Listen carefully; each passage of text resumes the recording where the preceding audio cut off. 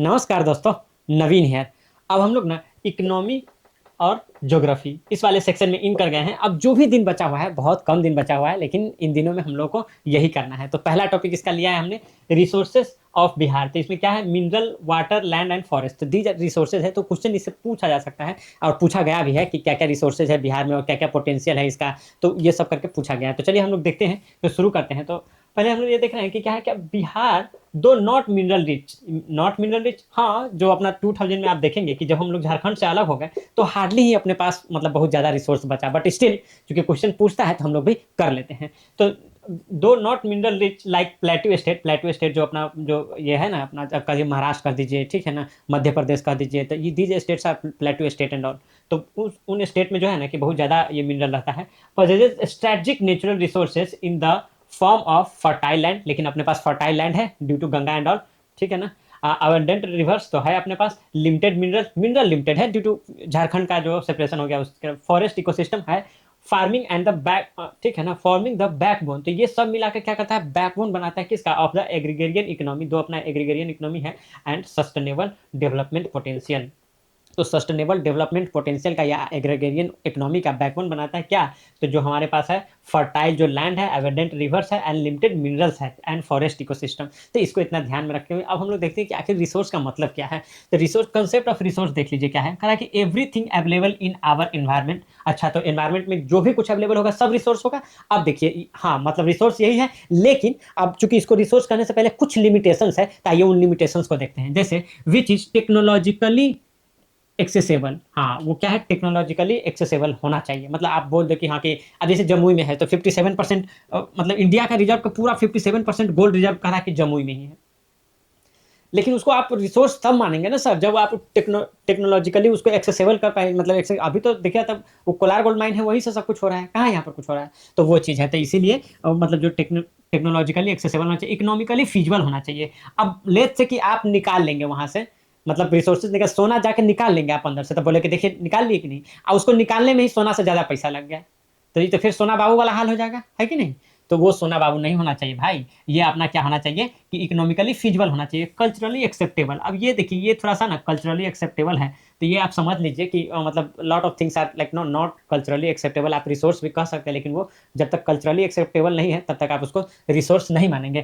Can be use to satisfy our needs in resources. अब देखिए, तो अब ये अपना नीड भी सेटिस्फाई करना चाहिए, ठीक है ना, use to satisfy our need. आप कुछ जरूरतें नहीं है, कोई जरूरत का चीज ही नहीं, तो वो रिसोर्स कैसे हो सकता है, ठीक है। तो वो चीज आपका जरूरत को भी फुलफिल करे, टेक्नोलॉजिकली मतलब ऐसा करके एसेसेबल भी हो, इकोनॉमिकली फीजिबल भी हो, and then we call them resource. अब क्लासिफिकेशन ऑफ रिसोर्स देख लीजिए, अवेलेबिलिटी के मान में रिन्यूएबल एंड नॉन रिन्यूएबल। तो नॉन रिन्यूएबल तो आप जानते हैं कि जो आदि अनादि काल तक चलता रहे, जैसे कि मतलब विंड एनर्जी कह लीजिए, सोलर एनर्जी कह लीजिए, तो ये सब क्या होगा, नॉन रिन्यूएबल एनर्जी हो जाएगा क्या सर।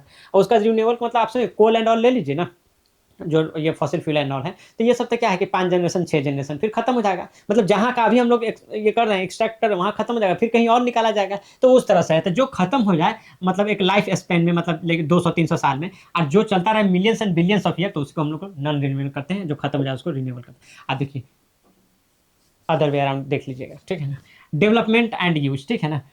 ये क्या है, एक्चुअल एंड पोटेंशियल। तो एक्चुअल तक देखिए, पोटेंशियल है तो जैसे कि अभी अब बोले ना कि जमुई में जो है मतलब अपना सोना का खान, तो हो सकता है कि अभी जो है कि वो मतलब अभी पोटेंशियल है, क्योंकि जब तक हम लोग उसको एक्सट्रैक्ट नहीं कर पा रहे तब तक पोटेंशियल है। जब एक्सट्रैक्ट कर पाएंगे तो क्या हो जाएगा, अपना एक्चुअल हो जाएगा, रियलाइज कर लेंगे उसको। तो ये हो गया क्या, एक्चुअल, एंड ये हो गया क्या, पोटेंशियल, ठीक है। अब देखिए, जैसे आप गाँव में देखिएगा, तो गाँव में आप देखिएगा तो एक्चुअल में क्या रहता है, तो कुछ भी वहाँ पर मतलब आप बच्चों का जो एकेडमिक लेवल एंड ऑल देख लिया तो आपको लगेगा कुछ भी नहीं है, लेकिन पोटेंशियल है कि वो लोग कुछ भी कर सकते हैं। लेकिन आप उस तरह से वहाँ पर खर्च नहीं कीजिएगा, है ना, क्या वो उस रिसोर्सेज को, जो जैसे ह्यूमन है तो ह्यूमन रिसोर्स में आप इन्वेस्ट नहीं कीजिएगा, तो आप कैसे वो ह्यूमन कैपिटल अच्छा से बन पाएगा। तो वही वाला बात है कि आपका है एक्चुअल एंड पोटेंशियल। ओरिजिन क्या है, अब देखिए, बायोटिक एंड एबायोटिक। तो एबायोटिक तो क्या होता है कि आप लोग देखते हैं ना, जैसे पेट्रोलियम एंड ऑल है, तो पेट्रोलियम में क्या होता है, तो हम लोग बोलते हैं ना कि जैसे जीव जंतु पेड़ पौधा सब जो मतलब हजारों लाखों साल तक पूरा मतलब एक्सट्रीम टेम्परेचर एंड प्रेशर पर, तो देन जाके you will get the petroleum and all. But if you talk about the iron ore and all, तो आयरन ओर की बात करेंगे सर, तो ये एबायोटिक हो जाएगा। लेकिन अगर आप इसका बात करेंगे पेट्रोलियम का, तो वो क्या होगा, बायोटिक हो जाएगा। डिस्ट्रीब्यूशन है तो यूबिक्विटस है एंड लोकलाइज है। तो लोकलाइज में तो मतलब क्या, लोकलाइज जैसे कि मान लो ये साल्ट पीटर ले लीजिए सर, ये साल्ट पीटर आपको हर जगह नहीं मिलेगा। चाहे ये अपना बिंदियन रॉक है, तो यहाँ पर पायराइट्स और पाया जाता है, 95% तो इंडिया का पायराइट्स यहीं पे पाया जाता है, रोहतास डिस्ट्रिक्ट में ही सर। आप समझ रहे हैं? बिहार का एक डिस्ट्रिक्ट 90 ऑलमोस्ट 90% आपका पाइराइट्स रखा हुआ है। तो इट मीन्स दैट कि मतलब ये यूबिक्विटस नहीं है, लोकलाइज़ हो गया सर। अब जैसे मान लीजिए कि हम कहते हैं कि मखाना का जो हम लोग प्रोडक्शन करते हैं, तो ये यूबिक्विटस नहीं होगा, लोकलाइज़ होगा, क्योंकि देखिएगा तो मतलब मोर देन 90 मतलब not more than 90% but around 85% तो प्रोडक्शन सिर्फ़ वो दरभंगा एंड आस-पास के डिस्ट्रिक्ट में हो जा रहा है सर। तो वो चीज़ें हैं, तो इसको ये हो गया लोकलाइज़ यूबिक्विटस मतलब ईच एंड एवरी प्लेस, ठीक है? हर जगह अवेलेबल हो तो उसको हम लोग बोलते हैं। तो आप देख लीजिए सर, तो ये अपना रहा मतलब कि ये क्लासिफिकेशन ऑफ रिसोर्सेज। तो हम लोग 4 रिसोर्स की बात किए ना, तो हम लोग पहला रिसोर्स से शुरू करते हैं। इस लेक्चर में इसी चारों रिसोर्स के बारे में पढ़ेंगे। इस चारों रिसोर्स का मतलब कि क्या-क्या पोटेंशियल है, हम लोग क्या बेनिफिट ले सकते हैं, क्या चैलेंजेज़ है, क्या गवर्नमेंट इनिशिएटिव है और देन एक कंक्लूजन। तो यही पूरा अपना इस लेक्चर में होगा। तो अब देखिए ये हो गया। तब कह रहा है कि मिनरल रिसोर्सेज की बात कर रहे हैं, तो मिनरल रिसोर्स में देखिए रॉक इन बिहार। तो बिहार में कौन-कौन सा रॉक है? तो देखिए धारवाड़ रॉक है। तो धारवाड़ रॉक क्या है? ओल्डेस्ट रॉक है। क्या? हाँ भाई, ये ओल्डेस्ट रॉक है। जैसे अरावली एंड ऑल बात नहीं करते कि भाई बहुत पुराना है, मतलब ना बिलियंस ऑफ ईयर। तो उस तरह से धारवाड़ जो है कि ओल्डेस्ट रॉक है। मिनरल यहाँ पर क्या मिनरल रिच है ये, ठीक है। अब found in southern प्लेटू of Bihar. Southern प्लेटू of Bihar, तो देखिए धारवाड़ है ना, तो आप धारवाड़ यहाँ देख लीजिए। ये क्या है आपका सर? ये धारवाड़ है जो ओल्डेस्ट रॉक है। तो ये यहाँ southern southern portion of Bihar में यहाँ पर मिलता है सर। उसका कहाँ ये यहाँ पर क्या मिल जाता है? तो यहाँ पर आप देखिएगा सर, तो यहाँ पर आपको गोल्ड मिल जाएगा, यहाँ पर आपको सिल्वर मिल जाएगा सर, यहाँ पर आपको कॉपर मिल जाएगा, यहाँ पर आपको मिका मिल जाएगा और यहाँ पर आपको बॉक्साइट मिल जाएगा। तो ये सारी चीज़ें मिनरल जो है आपको यहाँ पर मिल जाएगी। तो देख लीजिए सर, आप gold, copper, iron, mica, bauxite ये सब आपको मिल जाए धारवाड़ में। विंध्यन रीजन, तो विंध्यन रीजन आप देख रहे हैं सर, यहाँ पर है विंध्यन रॉक। ये आप देखें ना Vindhyan, rich in building materials like limestone and sandstone, ठीक है ना। तो लाइमस्टोन एंड सैंडस्टोन यहाँ पर मिलता है, ठीक है। मार्बल एंड ऑल इसी से बनता है ना सर। तो यहाँ पर देखिए ये आपका सर हो गया कॉर्नर में, यहाँ पर विंध्यन रॉक या यहाँ पर विंध्यन रॉक हो गया। तो विंध्यन रॉक में क्या है आपका, यहाँ पर ये हो गया लाइमस्टोन एंड सैंडस्टोन। ये क्या हो गया? सैंडस्टोन। तो ये सब आपको यहाँ पर मिलेगा सर, लाइमस्टोन एंड सैंडस्टोन, ये यहाँ पर मिल गया। हाँ, ये कहाँ पर पाया जाता है? तो आप अपने देख लीजिए, ये साउथ है। अब ये देख लीजिए ना सर, ये आपका हो गया इधर ईस्ट, अब इधर ये हो गया आपका वेस्ट, ये हो गया आपका साउथ और ये हो गया आपका नॉर्थ। तो ये आप देख रहे हैं ना, ये कौन सा है? South and western part, south and west. तो ये आपका क्या हो गया? साउथ एंड वेस्ट, जो ये विंध्यन वाला है, तो ये यहाँ पर मिल रहा है, ठीक है ना। ये है सदर्न रीजन में, ये हो गया। अब आते हैं सर आगे देखते हैं, found in southern western of Bihar Kaimur hills. तो यहाँ पर देखिए ना रोहतास एंड कैमूर, तो ये कैमूर डिस्ट्रिक्ट हो गया, ये रोहतास, तो ये कैमूर हिल्स में ये मिलता है सर। टर्सरी में देख लीजिए, तो रिच इन पेट्रोलियम रिसोर्स। तो देखिए ये हिमालयन का गोद में है, देखिए थोड़ा सा ही पोर्सन अपना बिहार में रहा है हिमालयन का, तो जो कि यहाँ पर ये सर, ठीक है ना। ये टर्सरी रॉक है और ये हिमालयन वाला एरिया है, तो यहाँ पर ही मिलता है आपको। ये लिग्नाइट कोल है सर, आप बचपन में पढ़े होंगे लिग्नाइट कोल, फिर उसके बाद बिटुमिनस कोल, फिर उसका एंथ्रासाइट कोल। तो अब आप देखेंगे सर, लिग्नाइट कोल में क्या होता है ना, मॉइस्चर ज़्यादा रहता है। क्या? हाँ, इसमें मॉइस्चर इसमें ज़्यादा रहेगा। अब कार्बन कंटेंट रहता है ना, वो कम रहता है, और मॉइस्चर क्या रहता है? ज़्यादा रहता है। तो ये आपका क्या रहता है? लिग्नाइट रहता है। अब जैसे ही बिटुमिनस में जाइएगा, लिग्नाइट को ऑल्सो ब्राउन कोल भी कहा जाता है। वैसे लिटुमिनस का बात कीजिएगा, जब सॉरी बिटुमिनस का, तो बिटुमिनस को सॉफ्ट कोल कहा जाता है। तो उसमें देखिएगा कि थोड़ा सा carbon content as compare to lignite बढ़ जाता है और मॉइस्चर कंटेंट कम हो जाता है। उसी तरह से फिर आप एंथ्रासाइट में जाइएगा, that is like no best, मतलब कि कोल का अगर बात करें तो वो बेस्ट वन वही माना जाता है सर, एंथ्रासाइट में, जहाँ पर कार्बन कंटेंट सबसे ज़्यादा रहता है और मॉइस्चर कंटेंट कम रहता है, तो उसका हीट वैल्यू ना सर ज़्यादा हो जाता है। और इसका लिग्नाइट कोल का देखिए तो हीट वैल्यू कम रहता है, इसीलिए इसका यूज हम लोग कहाँ करते हैं? तो आप देखिएगा थर्मल पावर प्लांट है, जब मेरा भैया थे वहाँ कांटी में, तो वही वहाँ पर यूज करते होते थे, यही यही कोल सबका यूज करते थे बिजली बनाने में, ठीक है ना। तो वहाँ पर ही उसका यूज किया जाता है, ठीक है। तो अब ये देखिए found in north west Bihar, ठीक है। तो ये कहाँ? नॉर्थ वेस्ट बिहार में पाया जाता है। आप देख लीजिए सर, ये आपका हो गया नॉर्थ, ठीक है। ये हो गया वेस्ट, ठीक है। तो ये नॉर्थ वेस्ट, अब ये कहाँ चला गया? नॉर्थ वेस्ट, ये क्या है? ये नॉर्थ वेस्ट बिहार में हो गया। अब इधर जो बाकी जो बच गया ना सर, तो बाकी जो है कि वो क्वाटरनरी है, तो ये क्या होता है? रिच नेचुरल गैस है। यहाँ पर नीचे ये found in most of the Bihar, तो ये पूरा मोस्ट ऑफ द बिहार, अगर साल्ट पीटर वाला एरिया छोड़ दिया जाए सर, तो आप देखिएगा यहाँ पर क्या रहता है? तो ये रहता है आपका क्वाटिनरी रॉक रहता है सर, ठीक है। तो ये एक आप मिनरल वाला में है ना, इस तरह से एक डायग्राम बना दीजिएगा तो अच्छा रहेगा। और इसी तरह का डायग्राम जो अगर सॉइल वाला भी पूछे ना, तो इसी तरह से बना दीजिएगा। अपना नहीं रहता है कि तराई रीजन हो गया, फिर एलुवियल, न्यू एलुवियल हो गया, फिर उसके नीचे आएगा तो ओल्ड एलुवियल हो गया, यहाँ पिडमेंट सॉइल हो जाता है, ठीक है। तो यहाँ बाल सुंदरी धरकात में हो जाता है। तो इस तरह से करके ना आपको मतलब उसमें मतलब सॉइल वाला में भी इसी तरह का डायग्राम बना के इकोनॉमी और ज्योग्राफी में ना भर के when ever you will get a chance, तो वहाँ पर बना दीजिएगा, ठीक है। तो अभी हम लोग क्या क्या देख लिए, तो एक बार समराइज कर लेते हैं। रिसोर्स ऑफ बिहार में देखें मिनरल रिसोर्स, तो पहले हम लोग क्या एक डिफिनीशन देख लिए हैं, ठीक है, कि हमारे पास लिमिटेड मिनरल रिसोर्स है, फॉरेस्ट इकोसिस्टम भी है जो कि बैकबोन है अपनी इकोनॉमी का, ठीक है। ये देखें उसका इसका डिफिनीशन देखें, तो डिफिनीशन में देखें कि हमारा वो एवरीथिंग अवेलेबल इन इन्वायरमेंट रहना चाहिए, उसको हम लोग रिसोर्स बोलेंगे। और तब बोलेंगे जब वो टेक्नोलॉजिकली फीजिबल हो, इकोनॉमिकली सॉरी टेक्नोलॉजिकली एक्सेसिबल हो, इकोनॉमिकली फीजिबल हो, तभी हम लोग उसको बोलेंगे कि हाँ कि भाई टेक्नोलॉजिकली क्या हो, टेक्नोलॉजिकली एक्सेसिबल हो, ठीक है, इकोनॉमिकली क्या हो, फीजिबल हो, ठीक है ना। तो इसको ऐसा करके याद, तो अब याद रखें ई है तो एफ, तो इकोनॉमिकली फीजिबल, ठीक है ना। आई टाटा से याद रहेगा टेक्नोलॉजिकली, तो ये क्या है, एक्सेसिबल है, ठीक है। तो इस तरह से आपको ये याद रहेगा, तो इस तरह से आप देख लीजिएगा सर। और उसका क्लासिफिकेशन ऑफ रिसोर्सेज देखें, this is not that much important, और 7-8 मार्क्स का क्वेश्चन पूछे तो you can avoid this. 30 generally ये 38 मार्क्स में पूछता है, तो वहाँ पर ये लिख दीजिएगा। उसके बाद इस मैप को हमेशा याद रखिएगा, क्वाटिनरी रॉक्स, ये क्या है, टर्सरी रॉक है, ये हिमालयन रीजन है, ये विंध्या रॉक है, और ये जो अपना धारवाड़ वाला है सदर्न रीजन है, तो ये है। तो इसका एक स्क्रीनशॉट लीजिए, फिर आगे देखते हैं। चलिए अब हम देखते हैं मेजर मिनरल्स इन बिहार। तो इसमें क्या है, देखिए पायराइट्स है। पायराइट्स तो इसको है ना, आप इसका अगर फॉर्मूला देखे थे FeS2 भी है, ठीक है। और इसको लोग बोलते हैं, तो कोई कोई इसको ना फुल्स गोल्ड भी बोल देते हैं, क्या, हाँ फुल्स गोल्ड भी बोल देते हैं। तो चलिए खैर सबको ऐसे ही बोलते हैं। अब इधर देख लीजिए, 95% ऑफ इंडियाज रिजर्व जो है, ये प्रीलिम्स में क्वेश्चन में पूछ दिया था ना, यूज है making sulphuric acid, mainly sulphuric acid बनाने में, और फर्टिलाइजर और केमिकल्स में भी, ठीक है, इसका यूज होता है, ठीक है। रोहतास डिस्ट्रिक्ट में है तो जानते हैं हम लोग। लाइमस्टोन देख लीजिए, लाइमस्टोन में आप देखिए यूज होता है क्या, मेकिंग सीमेंट बनाने में यूज होता है। रोहतास कैमूर वही वाला, मतलब आप देखिए जो अपने पास ये मतलब मिनरल्स आते हैं ना, तो वो डिपेंड करता है कि रॉक कैसा है। जैसे हम लोग देखे थे ना पिछले क्लास में, हम लोग देखे थे कि इस तरह से अपना आप देख लीजिए, तो ये रहा आपका बिहार का मैप, यहाँ ऐसे लेके ऐसे करके ऐसे करके ऐसे आ जाइए, तो ये बिहार का आपका मैप रहा। तो इसमें आप देखे थे कि यहाँ सदर्न वाला पार्ट में जो था अपना, तो यहाँ पर अपना विंध्या वाला रॉक था। तो विंध्या वाला रॉक में क्या आता है अपना, ये पायराइट्स एंड लाइमस्टोन, ये सब आता है। इसको आप देखिएगा ना, तो ये बिल्डिंग ब्लॉक वाला ये है, ठीक है ना। ये बिल्डिंग मटेरियल जो है ना, तो वो सब मिलकर बनता है। जैसे अब सीमेंट वाला हो गया, ठीक है ना, या ये लाइमस्टोन एंड ऑल, जिससे आपका क्या मार्बल एंड ऑल निकलता है। तो ये सब है कि अपना बिल्डिंग मटेरियल वाला जो है, तो ये यहाँ से जो विंध्या रेंज से निकलता है ना, वो बिल्डिंग मटेरियल निकलता है। इस तरह से आप बी या भी, तो बात बराबर ना होता है, तो वही दोनों से आप देखिएगा। तो ये क्या है, विंध्या रेंज से निकलेगा, तो वो क्या है, बिल्डिंग अपना मटेरियल सब निकलता है, ठीक है। उसके बाद जो आप इधर वाला में देखिएगा, तो अपना क्या था, इधर वाला अपना धरवार था। तो धरवार वाला से आप देखिए, तो ये देखिए mica high quality ruby mica found, तो ये इलेक्ट्रिकल इंस्टॉलेशन में इसका यूज होता है, और हीटिंग एलिमेंट में इसका यूज होता है। बालिंग पॉइंट बहुत हाई होता है। यूरेनियम वाला देख लीजिए, तो यूरेनियम का है जमुई में, नवादा में एंड गया में। तो ये सब क्या है, धरवार का ही पार्ट तो है सर।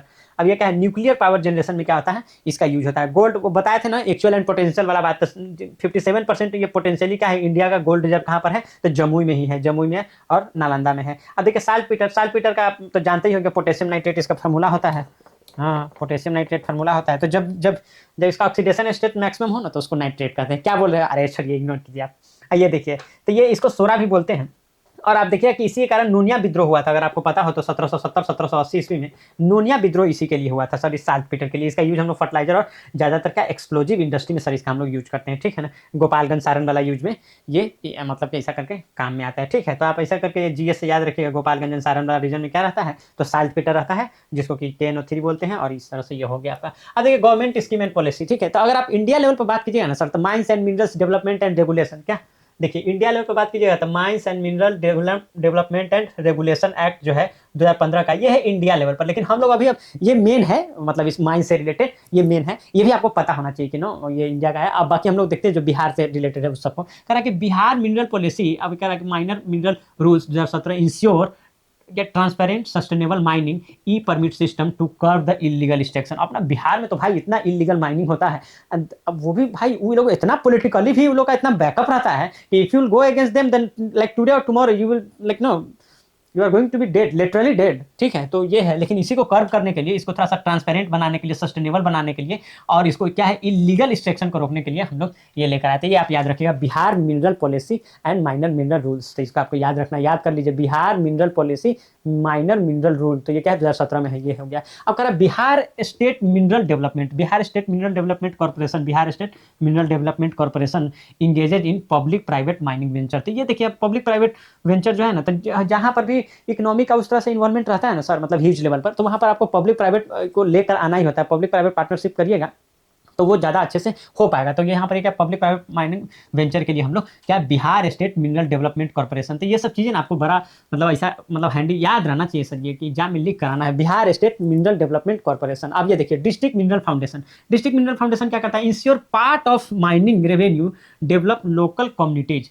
अब ये देखिए ये कितना अच्छा बात यहाँ पर है कि आप देखिए ये मिनरल एंड ऑल निकाल के लेकर जाते हैं सर, तो वहाँ के लोगों को क्या मिलता है, गवर्नमेंट को पैसा मिल गया, जो निकाल के ले गया सेठ लोगों को, तो उसको अपना मतलब उससे फायदा हो गया, गवर्नमेंट को हो गया। लेकिन वहाँ के लोग को क्या, मतलब इंडियन गवर्नमेंट को फायदा, चाहे नुकसान हो वाटेवर, अदानी को फायदा, लेकिन वहाँ पर जो है उसका क्या, तो उसके लिए ये किया गया है कि भाई कि कुछ पार्ट उसका जो है ना वहाँ के लोगों के लिए भी खर्च होगा, जैसे हेल्थ के फील्ड में, एजुकेशन के फील्ड में। तो उस तरह से आप देखिएगा, तो इससे आपको याद आता होगा अपना आर्टिकल 39 का बी, जिसमें बोलता है कि अपना कॉमन रिसोर्सेज को इस तरह से यूटिलाइज करना है कि मतलब लार्जर मास को सर्व करे। वो आप समझ रहे हैं कि अपना जो भी रिसोर्सेज है तो उसको इस तरह से यूटिलाइज करना है कि लार्जर मास को सर्व करे। और आप वही 39 का सी में देखिएगा सर, तो कंसंट्रेशन ऑफ वेल्थ को ये करता है कि ऐसा कुछ ना हो कि जिससे कंसंट्रेशन ऑफ वेल्थ, तो यहाँ तो दोनों में आप देखिएगा तो इस ये आर्टिकल से। अब इसमें देखिएगा इससे क्या होता है कि सोशियो इकोनॉमिक डेवलपमेंट भी हो रहा है क्या? हाँ, सोशियो इकोनॉमिक डेवलपमेंट भी हो रहा है ना।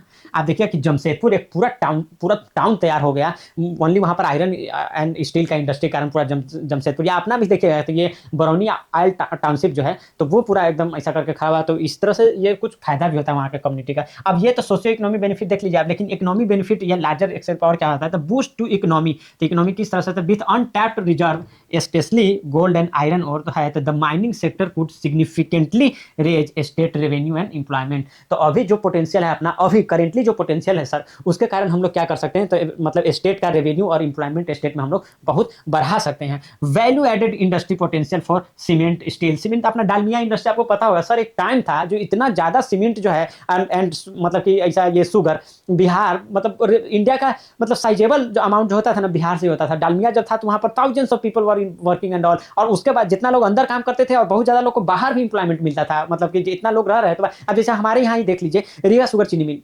रीगा शुगर चीनी मिल सर जब चलता रहता है तो हमारे यहाँ का जो भी मतलब दुकानें हैं जो रीगा मार्केट का, तो उन लोग का बहुत अच्छा से बिक्री उक्री होता है और मतलब उनका ग्रोथ बहुत अच्छा चलता रहता है। वही अगर शुगर चीनी मिल बंद हो जाता है तो फिर मतलब इकोनॉमिकली फिर वो लोग चैलेंज फेस करते हैं। तो वो चीज़ है, एक इंडस्ट्री सेटअप होता है तो इट्स नथिंग लाइक दैट कि directly how many people are like no employed over there, like many of them like no on indirectly भी उससे बेनिफिट मिलता रहता है सर। तो वो चीज़ है, तो वो डालमिया जब बंद हुआ ना तो बहुत लोग वहाँ पर जो है कि बेरोजगार हो गए। तो वही बोलते हैं कि value added industry potential for the cement steel है, ठीक है ना, और sorry state revenue and employment में उस तरह से। अब ये देखिए तो वैल्यू एड, अब देखिए हम लोग कितना ज्वेलरी बाहर से मंगाते हैं, अगर इस तरह से हम लोग इसको टैप करें तो हम लोग फर्टिलाइजर जो फर्टिलाइजर का सब्सिडी देखते हैं सर लाखों करोड़ में सर। अभी मतलब आप रिसेंटली देखिएगा तो इट्स नियरिंग 2 लाख करोड़, मतलब 1.6 1.7 लाख करोड़ इतना सर हम लोग अभी दे रहे हैं, ऐसा सब्सिडी दे रहे हैं। और ज्वेलरी तो कितना हम लोग एक्सपोर्ट करते हैं। तो अगर हम लोग अच्छे से अपना इंडस्ट्री को टैप करें तो बिहार में हम लोग ये सब कर सकते हैं। उसका कहना है कि इंफ्रास्ट्रक्चर डेवलपमेंट करा mines often lead to improve road and power connectivity in backward region. अब देखिए ये तो मतलब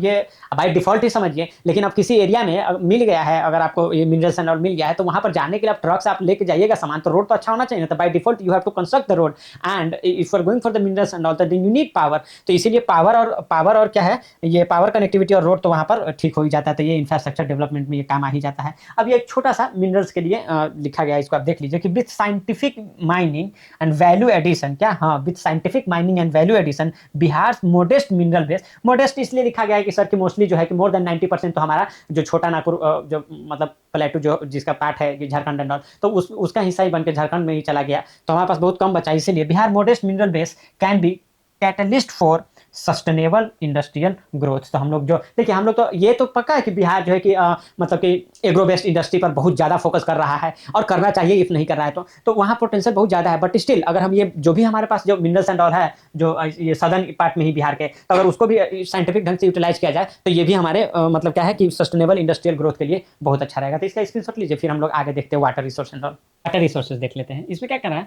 despite rich reverse ground waters Bihar faces both floods and water scarcity. Obviously अब देखिए जैसे आपको कभी ऐसा बनाना पड़ेगा तो आप ऐसा बना दीजिए, फिर यहाँ ऐसे कर दीजिए, फिर ये इसको थोड़ा ऊपर उठा के और नीचे ले आइएगा। तो ऐसे यहाँ पर क्या हो गया, फ्लड हो गया नॉर्थ बिहार में और यहाँ पर ड्राउट हो गया कहाँ पर, साउथ बिहार में। सिंपल, तो ये चीज़ है। तो फ्लड एंड वाटर स्कार्सिटी अगर revealing a crisis of management rather than availability. तो ये आप नॉर्थ बिहार में फ्लड बना दिए, इट डजंट मीन कि आप कहें कि नॉर्थ बिहार में वाटर स्कार्सिटी नहीं होता, गजब होता है। मेरा खुद का डिस्ट्रिक्ट है सीतामढ़ी, तो यहाँ पर तो वाटर स्कार्सिटी तो अलग मतलब सीवियर कंडीशन है। वाटर टैंक एंड ऑल बुला के भी पानी मंगवाया जाता है कभी कभी जब वो समर वाला सीजन होता है। तो अब देखिए सरफेस वाटर है तो रिवर है, लेक्स है, चौर है, मन है, पॉन्ड है। अब अरे लेक को ही अपना छोटा मोटा रहता है तो उसको हम लोग चौर मन बोल देते हैं। जैसे अगर आप देखिएगा तो सरैया मन है बेतिया का, तो बड़ा मस्त वहाँ पर मछली उछली मिलता है वहाँ का, तो लोग ऐसा करके खाते हैं, ठीक है। ग्राउंड वाटर है तो ग्राउंड वाटर है, सरफेस वाटर है। क्या आसमान में वाटर है? अरे आसमान में वाटर रहता है तो हम लोग का कोई काम का नहीं होता, वही बारिश बनकर नीचे गिर जाता है तो हमारे काम का हो जाता है। आसमान वाला छोड़ दीजिए अभी। अब ये देखिए, ये अभी वाटर रिसोर्स में देखिए, तो रिवर्स में क्या कर रहा है, north Bihar reverse originate from the Himalayas, mainly generally Himalayas से ओरिजिनेट करती है, इसलिए आप देखिएगा कि वो है ना, तो वो पेरेनियल रिवर रहती है, कि जैसे 12 मास वाला जो रहता है ना, तो वो रहती है 12 मास वाला रिवर। तो जैसे ये घाघरा देख लीजिएगा, पहले तो ये गंगा निकल गया, उसके बाद देखिएगा तो इधर से घाघरा आ गया, फिर उसके बाद इधर गंडक आ जाता है, फिर उसके बाद बूढ़ी गंडक आ जाता है, बूढ़ी गंडक का आप देखिएगा तो उसका अपना बागमती जो है हम लोग के यहाँ से निकलता है, तो ये बागमती जो है कि बूढ़ी गंडक का ये मतलब ट्रिब्यूटरी हो जाता है, फिर उसके बाद यहाँ पर कोसी आ जाता है, कमला उसका ट्रिब्यूटरी हो जाता है, तब यहाँ पर महानंदा आ जाता है। तो इस तरह से गंडक, बागमती, कोसी, महानंदा, तो ये अपना रहता है। फिर देखिए कि लेक का फॉर्मेशन हुआ due to rain discharge and northern plain, ये हो गया, ठीक है। अब देखिए कुछ मेजर लेक देख लीजिएगा, ये प्रीलिम्स आप याद किए, कांवर लेक, ठीक है, बेगूसराय, कुशेश्वर स्थान बगले में है, कहाँ पर, दरभंगा में, तो ये है। अब ये गोगाबिल लेक कटिहार, ये याद करते रहते हैं हम लोग। सिमरी लेक सहरसा, एस से याद कर लिएगा, सिमरी लेक सहरसा। उसके बाद ये जगतपुर लेक है, तब ये भागलपुर हो गया, तो जगत भगवान, तो वैसे कर लीजिएगा, ठीक है ना, जगत का तू है रे रखवाला है भगवान, तो ये हो गया आपका। उदयपुर लेक है गया, तो वेस्ट चंपारण हो गया। तो देखते हैं UVWXYZ बहुत पास पास में है, तो इसके पास में कोई स्टेट का नाम होगा तो क्या होगा, यही ना होगा, वेस्ट चंपारण, ठीक है ना। तो ये चीज़ है, तो उदयपुर, वेस्ट चंपारण, इस तरह से याद कर लीजिएगा। हाँ, अनुपम नहीं लिखा, हाँ जगह नहीं था, अनुपम लेक है एक, अनुपम लेक है कैमूर में, वो आप अपने से कर लीजिएगा, ठीक है। अब ये देखिए वेटलैंड एंड पॉन्ड्स, तो दरभंगा में खुद ही देख लीजिएगा, तो ऐसा 2000 ये वाटर बॉडीज है, और यहीं पर क्या हम लोग का मखाना का खेती बहुत मस्त होता है। मतलब मखाना है ना, तो मिथिला रीजन आप कर सकते हैं, मिथिला रीजन एंड ऑल। फिर टी वाला मतलब उधर ही सब कुछ हो जाता है। फिर जूट वाला में देखिएगा तो और उस साइड में जाइएगा, पूर्णिया कटिहार वाला एरिया में, तो उधर जूट वाला हो जाता है, and T and all cultivation हो जाता है। इतना pond seat for makhana cultivation state wide देखिएगा, तो ओवर मतलब 44 मतलब 100 जो वेटलैंड्स है वो है कहाँ पर, तो बिहार में ही है। और उसका देखिएगा कि एरिया जो है तो 4000 स्क्वायर किलोमीटर लेके चला है, जो कि 4.4% ऑफ द टोटल एरिया। क्यों, क्योंकि आपको पता होगा ना 94,000, ठीक है ना, 94,163 शायद इतना ही है। तो इतना स्क्वायर किलोमीटर जो है कि हमारा टोटल एरिया है। तो ये 4 रहता, अगर 1 लाख रहता तो 4 का 4% हो जाता, तो ये 94 है, तो इसलिए ये 4.4% हो गया, ठीक है। तो इस तरह से आप याद रखिएगा कि एरिया है तो वो 4.4% है अराउंड, और जो मतलब यही 4.4% एरिया है, IC को 4400 कर दीजिएगा तो क्या हो गया, वेटलैंड हो गया। तो इस तरह से आप याद रख सकते हैं नंबर। अब देखिए मेंस में उतना है तो अभी नहीं मचाना है कि हाँ कि हमें 4416 लिखा है, 4432 लिखा है, तो हमको तो याद ही नहीं आया। अरे भाई 4400 लिख के आप एक्सप्लेन करो ना भाई कि इतना ज़्यादा है तो इससे ये होता है, उससे ये होता है। तो how you are going to explain those things ना, those data and all, that will going to matter instead of that exact number you are looking for, ठीक है। तो उसका ध्यान में रखिएगा। अब ये देखिए एक नन्हा सा प्यारा सा छोटा सा डायग्राम, बड़ा डायग्राम है, आज चलो बड़ा डायग्राम बना दिए हैं। तो ये आप देख लीजिए, इसी तरह से आपको हैंडी रहना चाहिए, बताए थे ना, इसी तरह रिवर के लेकर, इसी तरह सॉयल को लेकर, इसी तरह मिनरल को लेकर मैप आपको बनाना ही रहना है, ठीक है। अब ये देखिए, तो ये क्या है, आपका घाघरा हो गया, ये बाउंड्री बनाता है घाघरा, ये क्या बोलते हैं उसको, कर्मनासा, ये प्रीलिम्स से पूछता रहता है। घाघरा के बाद ये आपका गंडक हो गया, ये बूढ़ी गंडक हो गया, उसका ये बागमती हो गया, इसका कमला जो है कोसी का ये हो गया, ट्रिब्यूटरीज हो गया, ये महानंदा लास्ट में अपना हो गया, ये अजय क्यूल इधर हो गया, फल्गु जो इसके नदी के किनारे आप देखिएगा, तो वो मतलब कि अपना गौतम बुद्ध जो है, वो गौतम बिकम ऐसा ना बोलते हैं कि सिद्धार्थ गौतम बिकम ऐसा करके बुद्ध भगवान, तो वो यहाँ पर हो गया, ठीक है ना। ये फल्गु नदी जो पुनपुन क्या है, तो इसका ट्रिब्यूटरी है, ये सोन है, और उसके बाद ये क्या है, कर्मनासा है। बोला जाता है गंगा तो एकदम आप जाते हैं अपना पुण्य ऐसा पाप धुलने जाते हैं, और कर्मनासा में डुबकी लाए तो पापे चढ़ जाएगा। ये तो गजबे बात है। तो आप समझिए कि कर्मनासा हो गया कांग्रेस, और गंगा हो गया BJP, उसमें जाइएगा सब पाप धुल जाएगा, सिंपल बात है। तो ये है एक डायग्राम, इसको भी अपना देख लीजिएगा। हम लोग तो बागमती नदी हम लोग को बहुत करीब है, ऐसा सीतामढ़ी से गुजरता है, बागमती, लखनदेई, ये सब। अब देखिए importance of the water resources, तो वाटर रिसोर्सेज का इंपॉर्टेंस क्या है वो देख लीजिए। तो एग्रीकल्चर में देख लीजिए कि बिहार एग्री इकोनॉमिक, तो बिहार एग्री इकोनॉमी है, तो भाई वो आप लोग को पता ही होगा कि लगभग मोर देन 50% प्लस जो लोग हैं ना, तो इसमें एम्प्लॉयड है। इसमें एम्प्लॉयड आप मत कहिए ज़्यादा, उसको कहिए कि वो उतना डिस्गाइज एम्प्लॉयड है, मतलब अनएम्प्लॉयड है वो लोग, हाँ कि वो है तो वो अनएम्प्लॉयड है, लेकिन वो छुपा हुआ है, तो वो है 50%। 75% अराउंड लोग हैं वो डायरेक्टली और इनडायरेक्टली जो है ना एग्रीकल्चर पर डिपेंडेंट रहते हैं। कहाँ पर, तो बिहार में। तो वो चीज़ें हैं सर। उसका देखिएगा तो ये इरीगेशन के क्या है, इरीगेशन इंपॉर्टेंस तो है, तो कह रहा है to raise the productivity and intensity. तो आपने यहाँ पर देखिएगा ना, कैनाल वनाल से ना अच्छा से नहीं ये होता है क्या, हाँ कैनाल से अच्छा से मतलब सिस्टम नहीं बना हुआ है। हम गए थे वहाँ पर, रोहतास डिस्ट्रिक्ट में गए थे, तो वहाँ पर तो सिस्टम ऐसा रहती है, तो उधर देखिए कि वहाँ कैनाल वनाल बड़ा अच्छा सा सिस्टम से बना हुआ है यार, उधर ठीक है, सासाराम रोहतास इधर तरफ। बाकी हम लोग की तरफ इधर तो सीतामढ़ी मुजफ्फरपुर इस सब एरिया में देखिएगा तो कोई कैनाल का कोई बात ही नहीं है सर। तो वो चीज़ है, प्रोडक्टिविटी तो उससे बढ़ता है सर, ये डिपेंडेंसी कम होता है ना ऐसा करके मानसून एनवायरमेंट पर। इंटेंसिटी का मतलब क्रॉप इंटेंसिटी जानते होंगे सर, क्रॉप इंटेंसिटी कहने का मतलब ये होता है कि आप एक साल में कितना क्रॉप उगाते हैं। तो अभी अपना देखिएगा तो ये क्या है, 1.42 है, ठीक है सर, 1.42 है, मतलब एक सीजन में आप कितना क्रॉप उगाते हैं। तो ये इकोनॉमिक सर्वे का डेटा है 1.42, तो उसको भी आप बढ़ा सकते हैं अगर आप पानी का ये थोड़ा हो तो। अब ये देखिए फिशरीज की बात कर रहा है, तो ये क्या है, रिवर वेटलैंड, ठीक है ना, important ground to cultivate fishes, ठीक है ना? मांस, चौर अभी नहीं बताए थे आपको सरैया, मन, तो ये सब हम आपको बता दिए थे। ये पॉन्ड्स है, तो ये सब चीज़ तो आप देख ही लिए हैं। उसके बाद रॉ मटेरियल्स की बात करेंगे तो इन इंडस्ट्री, तो ये रॉ मटेरियल की बात करते हैं as a coolant in power plant, तो कूलेंट के रूप में यूज़, न्यूक्लियर पावर प्लांट में हम लोग कूलेंट के रूप में इसको यूज़ करते हैं सर। उसका drinking water the huge challenge we are facing in Sitamarhi district, तो ह्यूज पॉपुलेशन प्रेशर है, तो वाटर का डिमांड कितना होता है? ज़्यादा हो जाता है सर। कल्चर एंड रिलीजियस, बाप रे! कल्चर एंड रिलीजियस तो सर मत पूछिए, काहे? देखे नहीं महाकुंभ में जान जाते रहा, लेकिन हमको डुबकी लगा के आना है। ऐसा ऐसा मूर्ता हम नहीं देखे भाई।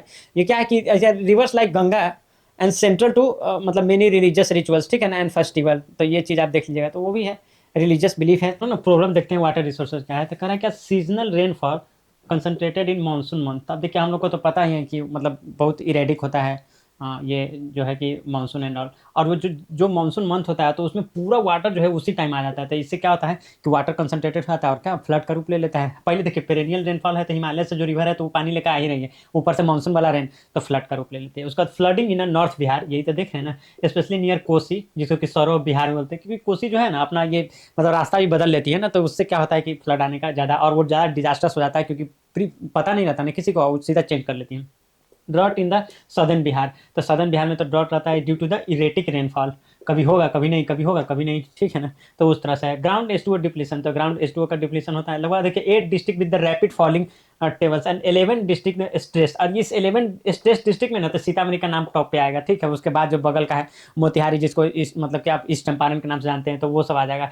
इनएडिक्वेट इरीगेशन इंफ्रास्ट्रक्चर, तो करा कि ओवर रिलायंस ऑन मानसून, तो हम लोग तो मानसून पर तो बहुत ज़्यादा ही रिलायंट है, क्योंकि अपने यहाँ पर इरीगेशन सिस्टम तो उस तरह से है नहीं सर, तो वो चीज़ें हैं। Under utilization of the micro irrigation, micro irrigation का तो हम लोग जैसे ड्रिप स्प्रिंकल, तो ये सब तो देखिए शोबाजी का चीज़ लगता है अगर आप बिहार पॉइंट ऑफ व्यू से बात करेंगे तो, कि हाँ कि ड्रिप इरिगेशन है या स्प्रिंकलर है, कि वो जब मंत्री मंत्री आएगा, जब मुख्यमंत्री आएंगे तो दिखाने के लिए 2-4 को लगा देगा, फिर जो गए तो फिर ये सब खत्म। वाटर कंटामिनेशन, ठीक है, तरीके का H2O borne diseases, cholera and diarrhoea, तो ये भी हम लोग को ना मतलब ऐसा करके टेस्टिंग एंड ऑल करवाते रहना पड़ेगा, ये भी एक बहुत बड़ा इशू है। ये क्या है operational and maintenance issue in the H2O project. H2O project में एक्चुअली हुआ क्या है ना सर, H2O वाला जो प्रोजेक्ट सब है, जैसे हम गांव का देखते हैं, नल जल वाला सब देखते हैं, उसमें टू मेनी मतलब authorities are involving in there, तो उसमें क्या रिस्पॉन्सिबिलिटी नहीं देखते हैं, everybody responsibility is no one responsibility, वो वाला बात हो जाता है सर। तो वही चीज़ हो गया उसमें, बहुत सारा लोग का ये इंटरफेयरिंग हो जाता है उसमें। टोपोग्राफिक चैलेंजेस में क्या है कि प्लेन टेरेन है, स्टिल सीट फ्लड हैवक, तो फ्लड अब वो तो एवरी मानसून में ये फ्लड आ जाता है, ठीक है ना। आप देखेंगे कि ट्रेन उस तरह से है, प्लेन ही है, मतलब ज़्यादा माउंटेनियस तो ज़्यादा क्या माउंटेनियस तो हमारे यहाँ है नहीं, थोड़ा अगर देखिए तो वेस्ट चंपारण में थोड़ा बहुत आप देख सकते हैं, या इधर कैमूर एंड ऑल वाला एरिया है, तो वहाँ पर थोड़ा सा कैमूर रोहतास वाला डिस्ट्रिक्ट में थोड़ा सा उधर, तो और तो हम लोग के पास कहाँ है उतना, ये है, लेकिन फ्लड एंड ऑल पूरा आता रहता है। अब देखिए सिचुएशन में, सॉरी सोल्यूशन में क्या है, H2O यूज इफिशियंस, हाँ तो इफिशियंसी अच्छा H2O का यूज करना है, तो ड्रिप एंड स्प्रिंकल इरीगेशन को हम लोग के एग्रीकल्चर में लेकर आना पड़ेगा at any cost, then we are going to use the water efficiently. अब कह रहा है efficient R O system in household, तो ये एच एच मतलब हाउस होल्ड होता है, ठीक है ना, तो ये इफिशियंट आर ओ सिस्टम आप अपना हाउस होल्ड में लगा के रखिए। जो आप हम लोग देखे थे ना कि वाटर कंटामिनेशन किस तरह से हो गया, तो आप चेक करके, वो आता है मशीन, बहुत छोटा सा मशीन आता है, उससे आप अपना यहाँ का वाटर का चेक कर लेंगे, और उससे पता चल जाएगा कि हाँ की मतलब कि वेदर यू नीड दैट और नॉट। अब ये क्या है zero discharge policies in industry, तो इंडस्ट्री में क्या होता है ना कि जैसे हमारे यहाँ इरिगा शुगर चीनी मिल है, तो वो जो नदी जाती है लखनदेई नदी उसके पीछे से निकलती है, ठीक है, तो उसमें बागमती है, तो उसके पीछे से निकलती है, तो उसमें पूरा डिस्चार्ज उसी में होता है, बहुत गंदा पानी भाई, वो एकदम मतलब एकदम पूरा नदी को खराब कर दिया है भाई एकदम। अब उसका कोई कंप्लेन उम्प्लेन होता है नहीं होता है क्या पता, तो वही जीरो डिस्चार्ज का मतलब है कि आपके प्लांट से जो वाटर निकल रहा है, तो उसको आप अपने प्लांट के अंदर ही प्यूरीफाई करेंगे, तो उसको डिस्चार्ज नहीं होना चाहिए कि आप लाकर नदी पूरा खराब कर दिए, तो ऐसा नहीं होना चाहिए। अब कह रहा है कि वाटर कंजर्वेशन एंड हार्वेस्टिंग, तो वो अपने यहाँ वाटर कंजर्वेशन उस तरह से नहीं किया जाता, जैसे देखिए इसमें है ना roof top rain water harvesting, तो आप साउथ की तरफ देखिएगा ना, तो आप उधर बड़ा अच्छा से वो लोग मतलब छत बनाते समय they are taking good care of this all those things, how they are going to harvest water and all, but north India में तो मतलब you hardly see things like that, ठीक है, मैं तो अभी नहीं देखा कहीं पर। अब देखिए चेक डैम्स एंड ऑल उसको बनाइए, तब वहाँ पर क्या होगा ग्राउंड वाटर को रिचार्ज होगा, तभी तो आप देखें ना यहाँ पर सर कि 11 डिस्ट्रिक्ट तो मतलब वाटर स्ट्रेस है and then 8 district falling water. अब ये इसमें क्या है कि wetland for the flood water storage, अब वेटलैंड ऐसे आपको लग रहा हो कि ये कादो कीचड़ वाला जगह है एकदम स्वाम्पी वाम्पी, लेकिन वेटलैंड इज लाइक मतलब ऐसा इकोसिस्टम पॉइंट ऑफ व्यू से देखा जाए तो वेटलैंड इज लाइक बहुत ही इंपॉर्टेंट चीज़ होता है सर। तो वो वेटलैंड आपका फ्लड वाटर को भी स्टोरेज वगैरह कर सकता है, या उसके फ्लड को जो इम्पैक्ट है उसको बहुत ही मिनिमाइज कर सकता है। उसके बाद देख लीजिए सर यहाँ पर वाटर ट्रीटमेंट क्वालिटी, तो इसमें क्या है कि regular testing of the safe drinking water, हाँ इसके लिए आप देखे थे ना कंटामिनेशन आता है उसके लिए। Urban industrial water treatment plant वो लगाना चाहिए। River and ground water management, तो रिवर एंड ग्राउंड वाटर, तो ये देखिए रिवर लिंकेज कोसी मेची कर रहा है क्या, कोसी मेची रिवर लिंकेज, तो ये बहुत बड़ा प्रोजेक्ट है उस तरह से। और हम लोग देखते हैं कि नॉर्थ बिहार में पूरा रहता है ना कि वाटर सरप्लस है, साउथ बिहार में वाटर डेफिशिएंट है, तो अगर कुछ ऐसा रिवर लिंकिंग एंड ऑल बना दे। प्रशांत किशोर इस पर बहुत बात करते रहते हैं कि हम अपना बहुत सारा, उनका एक वीडियो देखे थे उसमें पूरा वो एक्सप्लेन किए थे, इट्स नॉट दैट कि वो हवा में बात कर रहे हैं इसको लेकर कि हाँ कि ऐसे कर देंगे हम, वो बड़ा अच्छा से प्लान वाला भी एक्सप्लेन किए थे एक वीडियो में, मतलब वो ऐसा स्पीच वगैरह वाला वीडियो नहीं था, लोगों से संपर्क किए थे ना, तो उस तरह से बात, तो उसमें वो बता रहे थे, तो मतलब हमको तो बहुत ऐसा रिलायबल लग रहा था कि यार कुछ तो प्लान है वहाँ पर। और उसमें बहुत जो एक सर्विस में रहे हैं वाटर मतलब ऐसा हार्वेस्टिंग एंड ऑल को लेकर, तो वो ऑफिसर्स थे, तो उसमें वो बताए थे कि किस तरह से हम लोग रिवर लिंकिंग कर सकते हैं। दो कॉस्टली अफेयर है बट स्टिल डुएबल है। अब कह रहा है कि सेटेलाइट टेक्नोलॉजी टू मतलब आइडेंटिफाई एक्वाफायर्स एंड ऑल, तो उससे हम लोग एक्वाफायर्स और को ये कर सकते हैं कि हाँ भाई कहाँ कहाँ पर कैसे ये प्रेजेंट है। इन्वायरमेंटल प्रोटेक्शन में करा कि रेगुलेट सैंड माइनिंग। अब देखिए सैंड माइनिंग से क्या होता है ना, आपको लगेगा कि how it is related to this water and all. देखिए सैंड माइनिंग में क्या होता है ना, सैंड माइनिंग खोद करना, तो वहाँ पर सैलिनिटी एंड ऑल और उसका वाटर का जगह एंड ऑल वो सब कुछ ऐसा बदल देता है, ठीक है, तो उसके कारण ना दिक्कत आ जाता है सैंड माइनिंग के कारण। अब कह रहा है कि जब वेटलैंड स्टोरेज, मतलब सैंड माइनिंग किया, एक रास्ता से इधर से काटा उधर रख दिया, ठीक है ना, फिर मान लीजिए कि उस चैनल से पानी को जाना था तो उधर से मतलब फिर जगह चेंज कर देता है, तो उसमें दिक्कत आता है। वेटलैंड रिस्टोरेशन, तो वेटलैंड अभी देखें ना, wetland how important it was, तो उसको रिस्टोर करना है। फ्लड एंड ड्राउट मैनेजमेंट, तो उसको करना है हम लोग को। Policy and risk management, EPIC आप मतलब ईपिक के बारे में आप जानते होंगे, ये ईपिक जो है ना, तो ये आप ये करा कि इनेबल प्लान इन्वेस्ट कंट्रोल, क्या, हाँ ये है इनेबल प्लान, फिर यहाँ पर है इन्वेस्ट तब कंट्रोल, ये रिस्पांस असेसमेंट मेथोलॉजी है सर। ये ईपिक जो है ना, ये आप देखिए वर्ल्ड बैंक का जो ऐसा टीम है ना, तो उसके द्वारा ये किया गया है, तो बहुत ही इंपॉर्टेंट है। और उसका E RAM response assessment and methodology, E RAM करके हैं ऑफ हाइड्रो क्लाइमेट रिस्क, तो वो वहाँ से कर लेते हैं। गंगा जल आपूर्ति योजना, तो ये बहुत ही मतलब टॉक्ड अबाउट है, ये बहुत ही फेमस है, इसको एकदम याद रखिए। गंगा जल आपूर्ति योजना, इसमें क्या करना है, diverse excessive Ganga water to Rajgir Gaya, Nawada and बोध गया। तो आप देखेंगे ना, वही हम लोग बोल रहे थे ना कि मतलब रिवर लिंकिंग, तो वो एक रिवर की बात कर रहे थे, तो लेकिन यहाँ ऐसा नहीं है, यहाँ एक जो गंगा रिवर का जो मतलब सरप्लस वाटर है ना, उसको यहाँ पर भेजा जाएगा। अब देखिए मुख्यमंत्री पेयजल निश्चय योजना, तो इसमें हर घर नल का जल, तो हर घर नल का जल, तो ये आप समझिए कि लगभग सक्सेसफुल कह सकते हैं इवेंट जो है कि बिहार में, क्योंकि मतलब अब जब हम लोग अपना घर पर ही देख रहे हैं, गाँव में घर है बट स्टिल नल का जल जो है पहुँच गया, जो कि टाइमली नहीं रहता है, बार बार खराबी होता रहता है, वो एक है मैटर, लेकिन पहुंच गया है, ठीक है ना। ये ऑर्गेनिक एंड सस्टेनेबल एग्रीकल्चर जैविक कॉरिडोर स्कीम, ये आप देखें ना, गंगा नदी के किनारे जो ये ऑर्गेनिक फार्मिंग के लिए विद 20,000 एक मतलब एकड़ फॉर द ऑर्गेनिक फार्मिंग, ठीक है, तो लगभग 13 डिस्ट्रिक्ट को इस तरह से ये किया गया है। ऑर्गेनिक फार्मिंग का क्लस्टर बनाया जा रहा है सर, ये बहुत ही इंपॉर्टेंट है। आप देखिएगा तो एग्रीकल्चर में हो तब, या ऑर्गेनिक फार्मिंग का क्वेश्चन पूछ दे तब, या मतलब एग्रीकल्चर डाइवर्सिटी का इंटीग्रेटिंग का कोई भी क्वेश्चन पूछे ना सर, तो ये वाला चीज़ हम आप यूज कर सकते हैं। 20,000 एकड़ में लगभग जैविक कॉरिडोर स्कीम जो है कि ये है।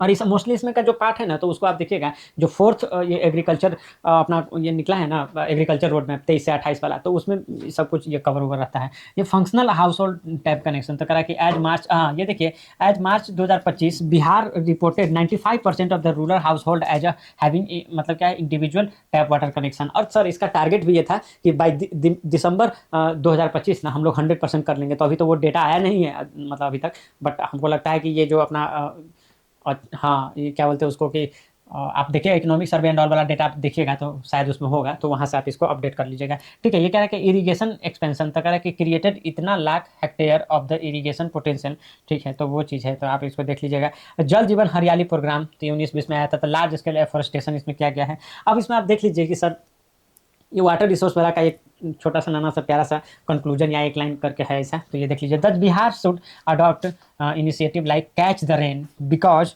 जल ही जीवन है, जल है तो कल है, to achieve SDG goal of the clean water and sanitation. तो ये देखिए SDG गोल है ना, तो ये सर आपको एकदम याद रहना चाहिए, ठीक है ना। ये तो ये SDG गोल है, तो आपको 1 है, ठीक है ना, तो आप देखिएगा कि पॉवर्टी नहीं होना चाहिए, तो पॉवर्टी, नो पॉवर्टी। फिर आपका 2 आता है, तो उसमें बोलता है कि 0 हंगर है। फिर अपना 3 आ जाता है, तो ये क्या होता है, गुड हेल्थ एंड वेलबींग की बात करता है। फिर अगर आपका 4th आता है, तो वो क्या होता है, क्वालिटी एजुकेशन की बात करता है। फिर 5th में अपन लोग क्या बात करते हैं, 5th में जेंडर जस्टिस की बात करते हैं। फिर 6th अपना जो आता है तो उसमें हम लोग किसका बात करते हैं, तो क्लीन वाटर एंड सैनिटेशन की बात करते हैं। 7 में हम लोग बात करते हैं अफोर्डेबल एनर्जी की बात करते हैं, ठीक है ना। 8 में हम लोग बात करते हैं कि अपना मतलब कि ये इकोनॉमिक ग्रोथ होना चाहिए और आपको जॉब लगना चाहिए, एम्प्लॉयमेंट होना चाहिए, तो उसका बात करते हैं डिसेंट वर्क, इकोनॉमिक ग्रोथ। 9 में हम लोग बात करते हैं इंडस्ट्री, आई 9 से होता है ना, तो उस तरह से आप बात करते हैं, इंडस्ट्री हो गया, इनोवेशन हो गया, तो ये क्या आ जाता है, 9 में आ जाता है। 10 में आ जाता है तो हम लोग का इक्वालिटी होना चाहिए, ठीक है ना। तो उस तरह से हम लोग देखते हैं, ठीक है ना। 11 में सस्टेनेबिलिटी की बात होता है। फिर 12th में आप देखिएगा तो रिस्पॉन्सिबल कंजम्पशन की बात होता है। 13 में तो क्लाइमेट एक्शन की बात होता है। 13 है ना, तो 13 तो ए से हो गया ए, या 3 से हो गया सी, तो क्लाइमेट एक्शन का बात होता है। 14, 15, तो 14 में आप बोलते हैं कि क्या होता है कि मतलब लाइफ अंडर वाटर होता है। 15 में बोलते हैं कि लाइफ जो है ऑन लैंड हो जाता है, ठीक है। और 16 में बोलता है कि पीस एंड ऑल होना चाहिए सर, पीस होना चाहिए और जस्टिस होना चाहिए सोसाइटी में। 17 होना चाहिए कि ये सब अचीव करने के लिए हम लोग को कोलैबोरेट करना चाहिए आपस में। तो यही सब चीज़ें, इसको बड़ा हैंडी रहता है, याद रखिएगा। इसका स्क्रीनशॉट लीजिए, फिर हम लोग आगे चलते हैं। चलिए हम लोग देखते हैं अभी यहाँ पर, तो फॉरेस्ट रिसोर्स में तो ये वो याद रख लीजिएगा, डेटा अगर होगा तो लेटेस्ट अपडेट कर लीजिएगा। ये आपका मतलब कि इंडियन स्टेट फॉरेस्ट रिपोर्ट जो आता है उसका है, तो ये आप याद रखें 7500 स्क्वायर किलोमीटर ऐसा करके आप याद रखिएगा, ठीक है। अब देखिए कह रहा है कि ट्रॉपिकल मोस्ट मतलब टाइप क्या है, तो tropical most deciduous and tropical dry deciduous, तो इसी टाइप का फॉरेस्ट बिहार में आता है। इससे ज़्यादा तो है नहीं, तो जो है तो यही है सर।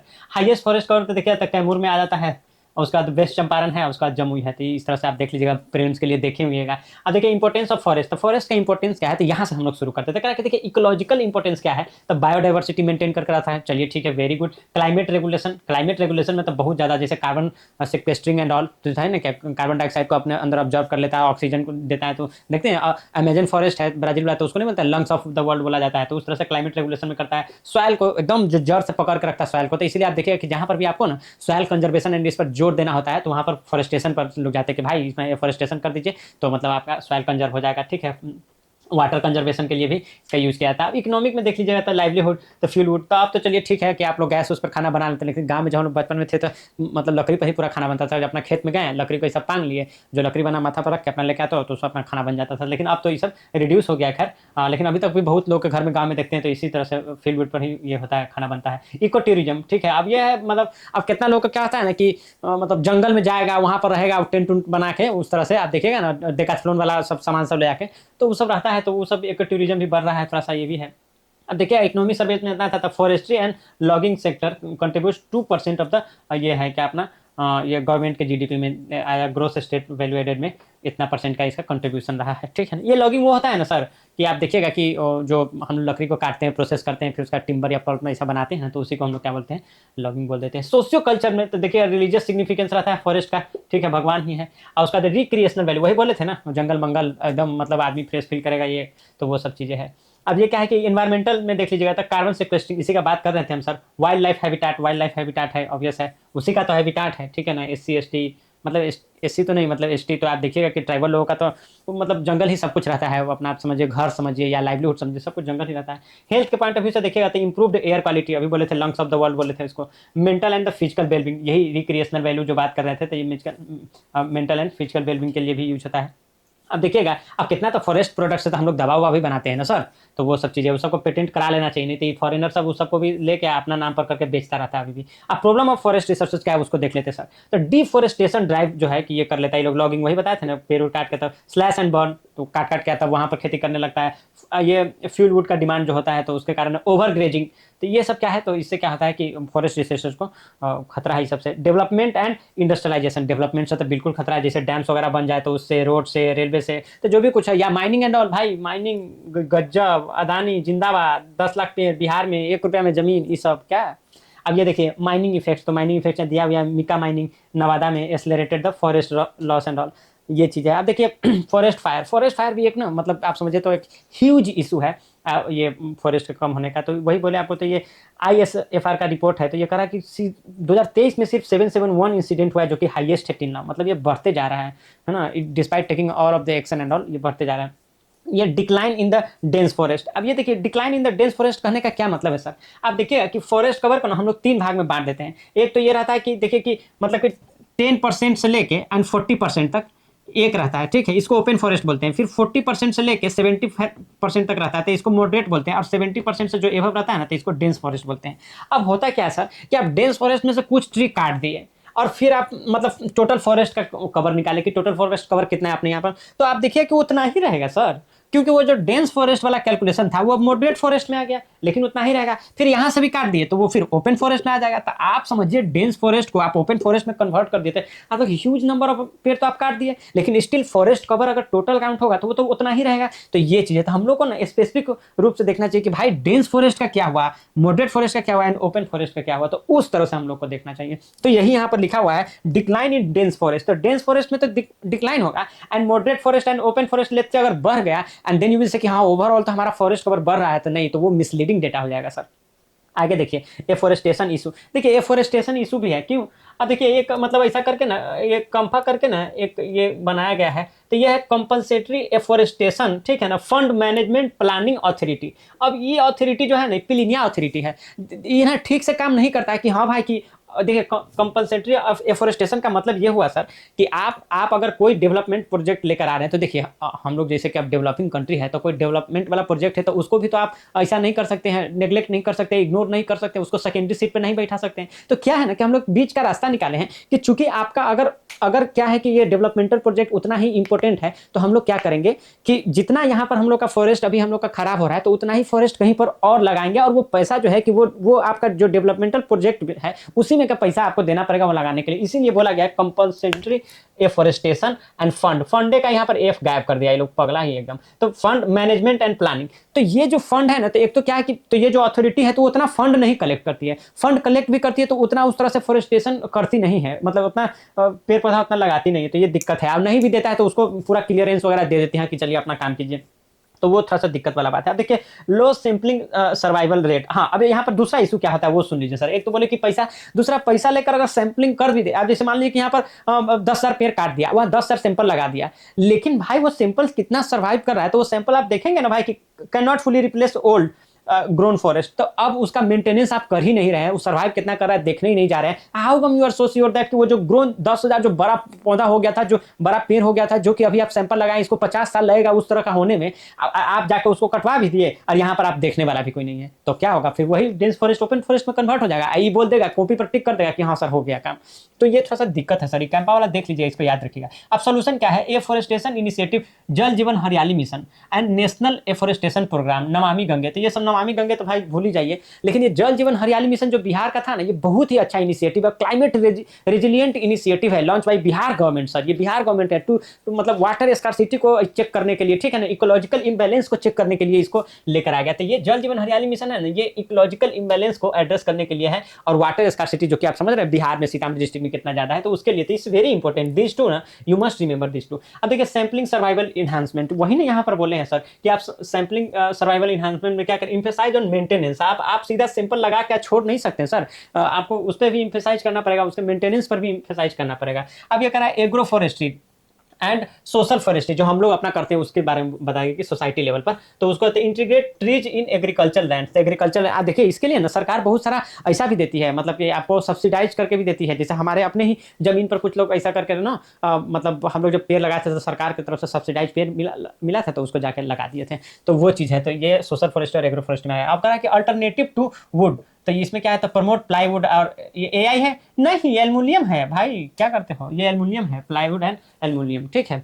ये फॉरेस्ट फायर कंट्रोल, तो इसमें देखिए बोले ना फॉरेस्ट फायर कितना था 771 हो गया 2023 में ही ओनली। तो फॉरेस्ट फायर कंट्रोल में infrastructure, satellite monitoring based early warning and all. Satellite monitoring देखते हैं ना तो हमको बड़ा डर लग जाता है, क्या मोदी जी बोलते हैं कि हमारा रोड इंफ्रास्ट्रक्चर है ना उस सैटेलाइट से मॉनिटर करके बनाते हैं। बाप रे बाप, ये आदमी जो है कब पीछा छोड़ेगा हम लोग का, ठीक है। Satellite monitoring based early warning, तो वो चीज़ है, तो वहाँ से हम लोग फॉरेस्ट फायर को कंट्रोल कर सकते हैं या मिनिमाइज करने का कोशिश कर सकते हैं सर। ये क्या करा? रेगुलेटिंग जूम कल्टीवेशन, हाँ jhum cultivation and slash and burn ये एंड ऑल। तो पेड़ पे काट देता है परमानेंटली भाई ये खाना पीना उगाने के लिए, तो उसको थोड़ा सा हम लोग को क्या है, दो मतलब उन लोग के कल्चरल हैबिट में, बट स्टिल उसको कंट्रोल करने के लिए ना हम लोग को थोड़ा सा इस पर रेगुलेशन तो चाहिए सर, वो अनचेक नहीं रहना चाहिए। टू डिक्रीज फॉरेस्ट डिग्रेडेशन, तो वो थोड़ा सा उस पर चेक रहना चाहिए।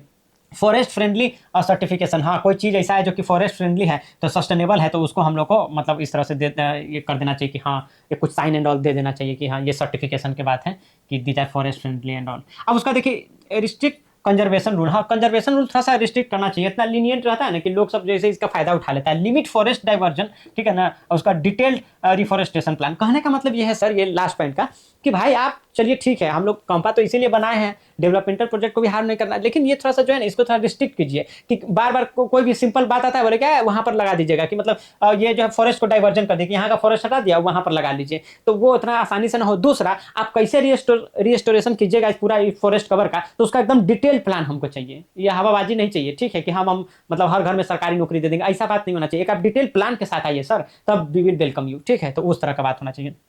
आगे देखिए कंक्लूजन में क्या है उसको एक बार देख लीजिए। कह रहा है क्या, बिहार रिसोर्सेज, तो बिहार, इसको थोड़ा सा अच्छे से कंक्लूजन देख लीजिए, क्या कि ये जो हम लोग पूरा पढ़े हैं ना, resources of Bihar, mineral water land forest, तो ये इसका कंक्लूजन है, तो इसको ठीक से देख लीजिए सर। तो बिहार रिसोर्सेज क्या, mineral water land and forest provide a multifaceted pathway for the state economic growth, मतलब बहुत सारा पाथ, मल्टीपल पाथ, किसके लिए, तो ऐसा इकोनॉमिक ग्रोथ करने के लिए, ठीक है ना। एम्प्लॉयमेंट जनरेशन, खाली इकोनॉमिक ग्रोथ नहीं, एम्प्लॉयमेंट जनरेशन भी होगा, एंड सस्टेनेबल डेवलपमेंट। आपको आपको ऐसा मतलब ऐसा याद होगा, बायो में हम लोग पढ़े थे ना, बायो ई3 करके पढ़े थे कि एम्प्लॉयमेंट भी होगा, इकोनॉमिक भी होगा, इन्वायरमेंट भी होगा। बायो ई3 में नहीं पढ़े थे, तो उसी तरह का यहाँ भी कुछ है सर, कि ये सब चीज़ से हम लोग क्या करते हैं, इकोनॉमिक का भी टेक केयर कर रहे हैं सर, हम लोग एम्प्लॉयमेंट का भी टेक केयर कर रहे हैं, हम लोग इन्वायरमेंट का भी टेक केयर कर रहे हैं, मतलब सस्टेनेबल डेवलपमेंट की ओर जा रहे हैं। तो इस तरह से इसको याद रखिएगा सर।